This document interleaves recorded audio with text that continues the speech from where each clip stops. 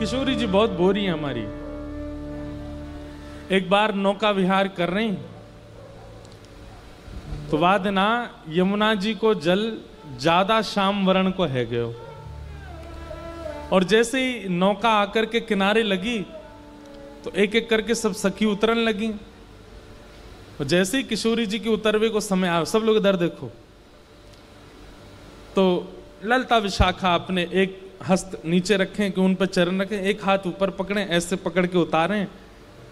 तो किशोरी जी नीचे उतरते समय यमुना जी की ओर देखें तो किशोरी जी को एक सखी दिखाई दे यमुना जी में, और तुरंत नौका से उतर करके श्री किशोरी जी यमुना जी के तट पर बैठ गई हैं और उस छवि की ओर देख रही हैं, और देख करके कह रही हैं, अरे तुम कौन हो? तुम तो बड़ी सुंदर हो, तुम कौन से गांव की रहने वाली हो? तुम्हारा नाम कहाँ है? अरे देखो तो तुम्हारी आंख कितनी सुंदर है, ये सिर पर तुमने गजरा कितना सुंदर पहनो है ना, ये गले को हार भी बहुत भार हो है, ऐसे में मेरी कीर्ति मैया भी पहना में। अरे सखी तू एक काम कर, बोलती जा रही है, तू हमारे यूथ में आ जा। ये ललता विशाखा बहुत सुंदर श्रृंगार करेंगी, ये मेरो श्रृंगार करें, तेरो श्रृंगार करेंगी, तो ते बतियामेंगी, तेरे संग भोजन करेंगी, तेरे संग डोलेंगी। अरे तू शर्म काहे को कर रही है? कछु बोल क्यों ना रही?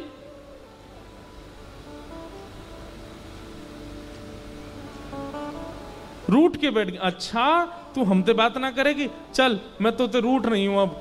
अरे तू जाने ना है मुझे, इस सबरी मोते बात करवे को बैठी रहे, और तू मैं तो ते बात कर रही हूं, तू मोते बात ना कर रही।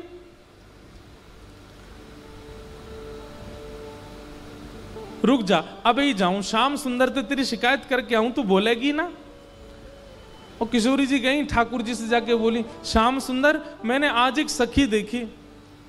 ठाकुर जी बोले अच्छा, तो फिर बोले देख ये सब मोते बात करें, ललता विशाखा ये सब मेरे संग रहे, और वो ऐसी इतरा रही मेरे आगे, इतनी सुंदर है, इतनी सुकुमारी है, ऐसे वाके नयन है, ऐसी वाकी नाक है, ऐसा सब स्वरूप है, लेकिन देख वो आ ना रही है मेरे पास। मैंने खूब कह ली तेरो श्रृंगार करेंगे तो भोजन करावेंगे तो संग डोलेंगे, लेकिन बताई ना रही कछु। ठाकुर जी बोले ऐसी कौन सी आ गई जो आपके बोलवे पे बोल नहीं रही है?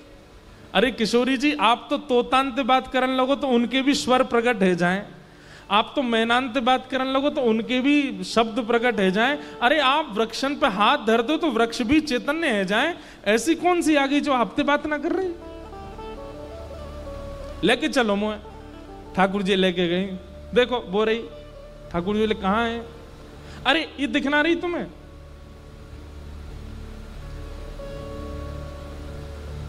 ठाकुर जी हंस करके प्रेमाश्रु नेत्रों में भर लाते हैं और किशोरी जी के चरणों में प्रणाम करके कहते हैं आप कितनी भोरी हो, ये आप ही तो हो, आप अपने प्रतिबिंब से ही तो बात कर रही हो, ये कोई और सखी नहीं है श्री जी, ये आपको ही प्रतिबिंब है, आप स्वयं को ही सुंदर कह रही हो, स्वयं की नासिका पे रीझ रही हो, स्वयं की आंखन पे रीझ रही हो, स्वयं के श्रृंगार को ही वर्णन कर रही हो।